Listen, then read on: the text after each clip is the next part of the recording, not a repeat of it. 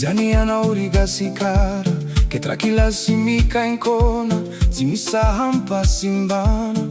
Mijery la ny tramangina, ny rampitso tsy mazava, ny arembeveri sy voaravarava, fa ny tanàna mbola mantra lava.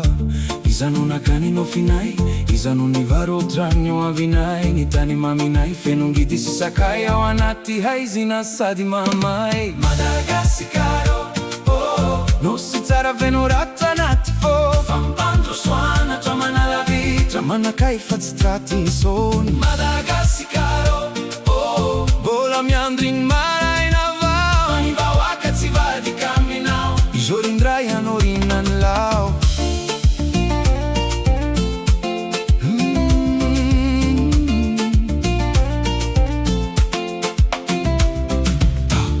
Tsena ny vary miakatra ny tansary ragazzi tafeo, ny arenany ambany ny tany tsy mamerinay na hoany olona. Ny ranomasina mbola mihira fa ny sambo vahiny manjono lalina, ny tanora manono fiandeha satry very fanantenana eto antany. Aizy ley teny mamy lay fandrosoana nambaro maly, nao anano lasa fitaka hoany vahoaka efa sasatra.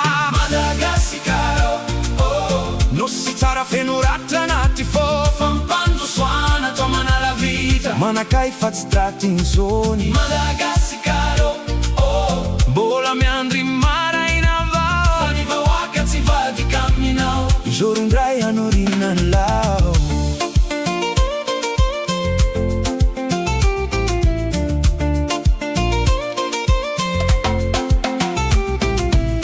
Mbola misy afotsy maty ao ampony zanaky ty tany, ty raha mifanolotanany izy karetra, mbola afaka manova ny tantara.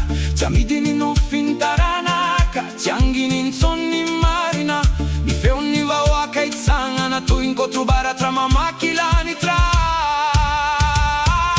Madagasikara, oh, nosy tsara fenoratra anaty fô, fampandrosoana tra manalavitra, manakay fa tsy traty insony. Madagasikara, oh, mbola miandry maraina vao, fa ny vahoaka tsy vadika aminao, izo rindray anorinany lao.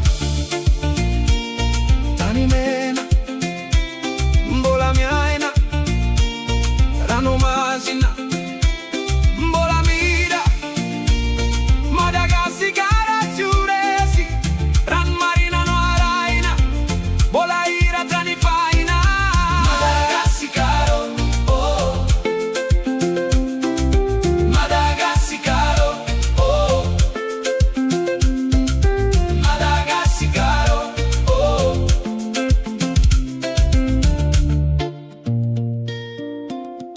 Madagasikara.